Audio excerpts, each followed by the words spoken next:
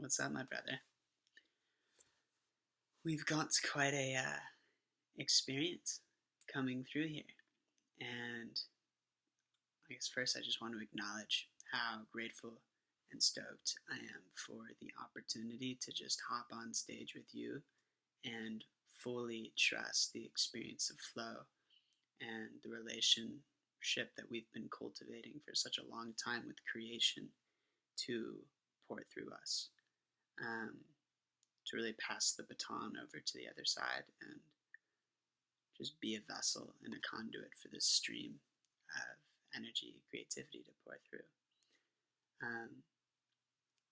My intention for this performance is to really facilitate a space for us to enter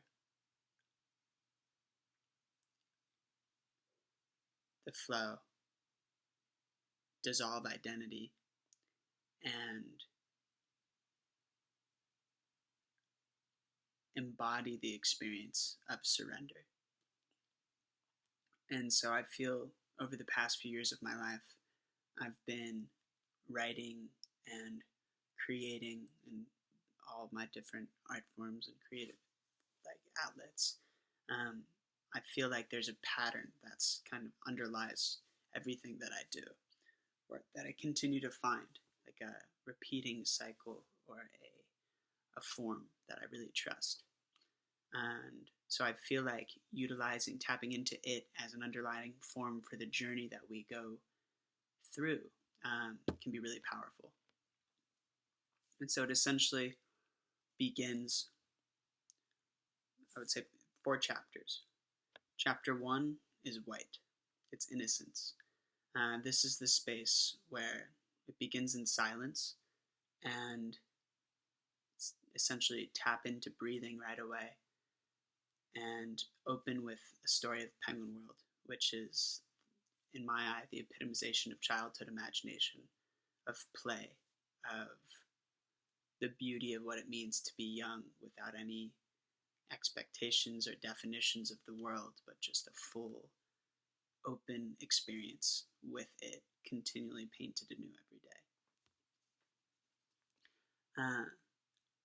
And chapter 1 is essentially a short chapter that describes and articulates the beauty of Penguin World, and also articulates the day that childhood dies, which was the day that the word, while we were playing in this magical landscape, the word pretend was used, alluding to the notion that what we were tapping into wasn't real, and it was just made up, and this was a fantasy world.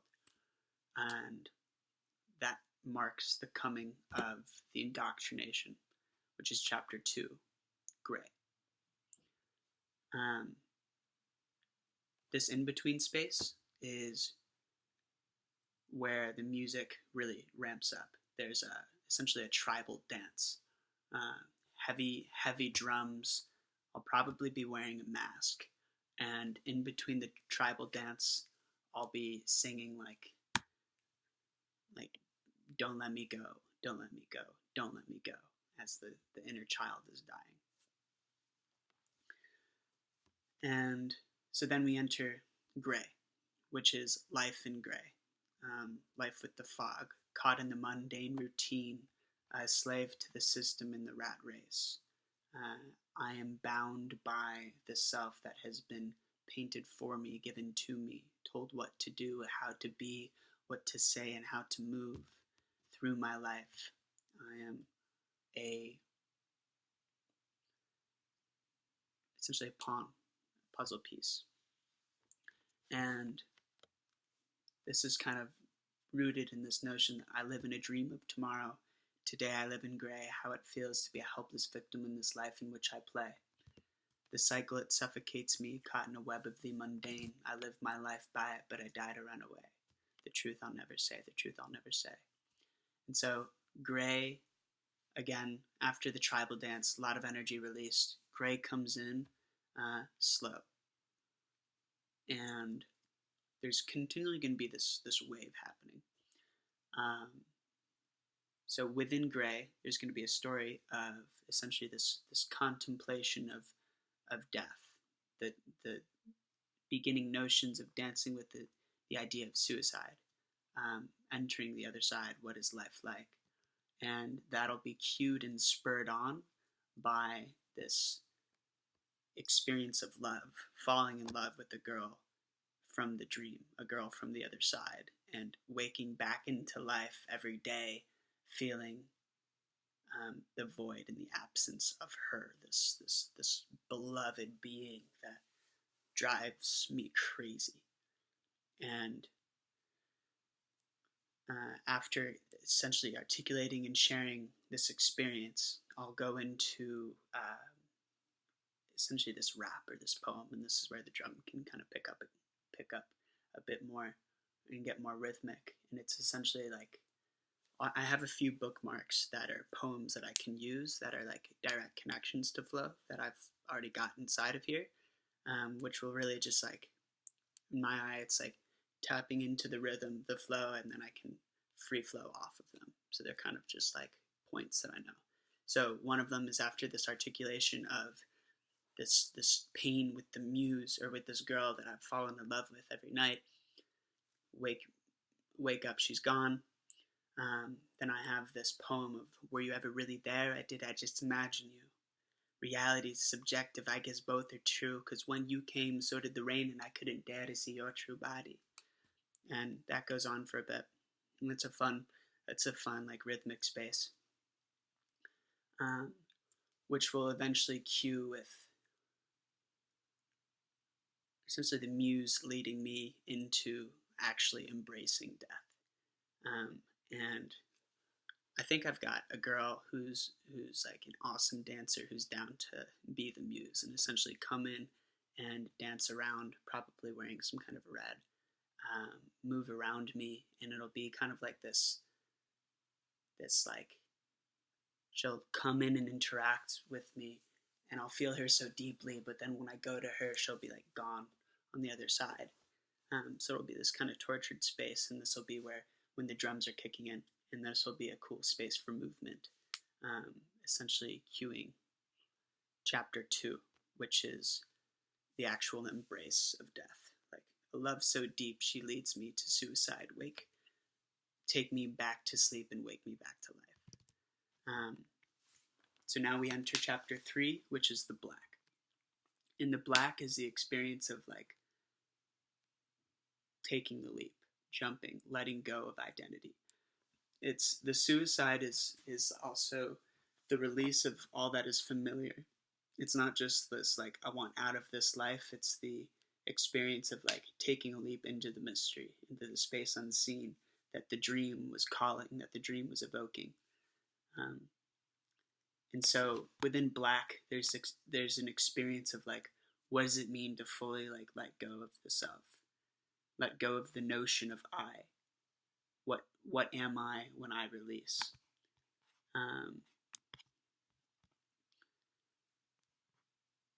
And so then it's essentially black is also falling into the dream, which is like falling into the ocean of the subconscious.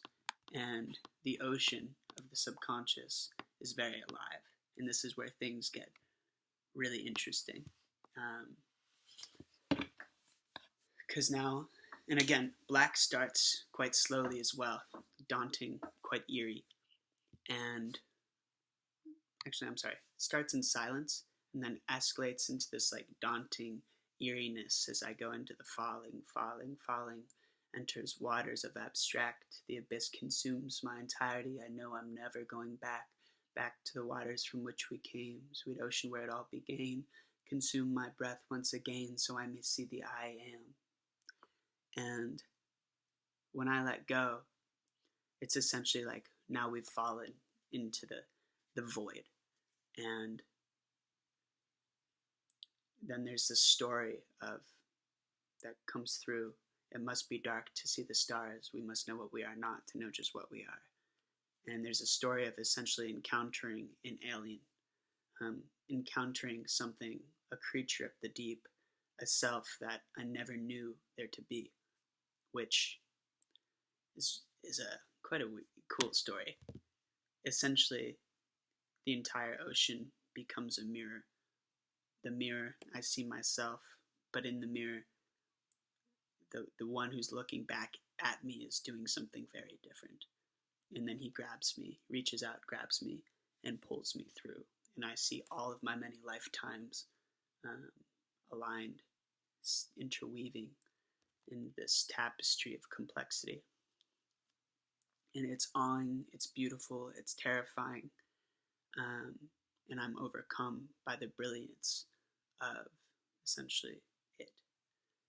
And this is where we enter the absurdity. This is where the music begins really heightening, and we go into the space of chaos.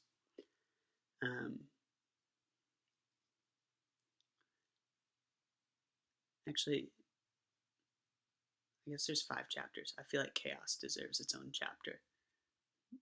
So white, innocence, purity; gray, the mundane; black, death of me; enter the dream; and then chaos, which is essentially the Mad Hatter Tea Party, where the music is like really absurd. Drums, guitar, anything like singing, chanting, everything goes. It's essentially going to be like a Mad Hatter Tea Party in which each character that I and we play that comes through is of a totally different realm and a totally different quality. So we can mix like Harry Potter with a princess, Voldemort with a sweet and sensual lover. Like all of these characters will just come through in the moment. We'll weave angels and the demons and allow that like a darkness to come through amidst interjected with a really flamboyant lightness. So this will be a place of a lot of like extreme polarization, and this will be the space to get just like fully lost. And essentially the music will be super chaotic, and then to cue the return, I'll come back into melody, and I'll be singing in melody, and that's kind of like what I find to be a navigation system. So wherever, no matter how far we go, we can always come back through the melody and engage that space, which is just like a direct connection to flow, to flight, and it essentially begins to slow down, to crystallize. We come into what this experience essentially is like I wake up, I begin with no lens. I'm a child, I'm free, fully. Then society crafts its lens around me, which is the very cage that I'm restrained by. And then I'm lured into the dream, into the death of me, which is the release of the lens in its entirety. I enter the space of just chaos, where there is no lens to see. And then all of a sudden, after dancing with chaos for a while, a new lens, it's almost like all of these abstract pieces reassemble themselves into a new lens. And we find ourselves falling into a new earth. And this will be kind of like, it'll go from really chaotic music. I'll tap back into a slow melodic flow with my voice, and we'll enter into these spacious waters of almost like the womb, nurturing, facilitating, homely, calming. And this will be a space where it's essentially you'll drop me off in the womb in these sweet waters, and I'll enter a poem beginning in silence. And when you drop me off, that essentially marks the chapter changing to now chapter 5, which is color. Color is, I have a poem called Sweet Love, which is essentially, it's the most powerful piece of writing that's come through, and I've got it memorized, so I can tap right into the flow with it. I'll begin with it in silence, and then I'll take off and can cue you in or you can jump in when you feel right. Uh, Probably the drums, maybe bass, whatever feels right in the moment. Um, Sweet Love's a really powerful piece, and it's it'll really tie the bow around the entire experience. So, and drop us all off in waters of um, like the message is delivered, and I will have the muse come back in again. So Sweet Love is essentially like creating a new relationship with the muse, with the lover on the other side, and serving as a vessel, choosing to serve as a vessel for the dreams to breathe through, letting go of identity, of what I am, and choosing to be a vessel of love and harmony. And then there will be a new dance with the muse, which is sensual, romantic. Um, and even and the music will be following, very kind of like, yeah, I know you can tap into that space. Even if I'm pretty sure this girl's gonna tap in with us, and even if she doesn't, like, oh, well, it'll still be the same thing. Um, and then after that dance with the muse, I'm gonna tap into pick up my guitar, and I'm gonna tap into beginning in silence again, tapping into the acoustic song that I've been playing, and yeah, I feel we'll all pick up in the midst of that. Start in silence, and then I can cue you guys in. Um, I'll put my guitar down and just enter in tongue, and end this space in tongue. Very warm, nurturing, facilitating. I feel the acoustic piece will go on another spectrum, and we'll end it in very soothing waters with breath, like deep, just like deep breathing at the end. And we don't really have a time restraint. We're the last act. I imagine this is probably going to take an hour, but yeah. Just to recap, 5 chapters: white, innocence, childhood, play. Cued in, ends or translates into like this tribal dance and song of the indoctrination, which is gray, caught in the mundane routine, which goes back into silence after the dance. Picks up with the torturous muse calling me into black. Black is the dissolution of identity, letting go. Chapter black starts in silence. It slowly escalates with an eerie vibe of like what it means to let go of the self and fall into these waters. And then there's the story of essentially the encounter of the alien. And the alien is the introduction into chaos, where the self like essentially sees too much of the other side of the matrix and just goes mad with it, loses total notion of self.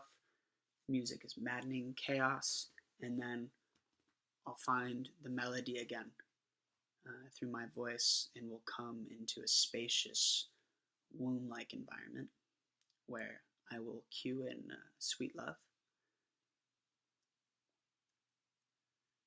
The poem, A New Dance with the Muse, drums, can be bassy, can be guitar, whatever is being felt, but it's romantic, it's sensual, and you'll fully feel the cue or the call the vibe. And then the acoustic song, and we all end together in after the acoustic song, fully in tongue. Or when I say in tongue, that's what I'll be doing. I'll leave English and just go into just feel the flow of melody and emotion coming through, and we'll end in very soothing waters with deep breathing. Cool. I love you. Love you, love you, love you. Mad excited for this, man. Stoked to dive into it tomorrow.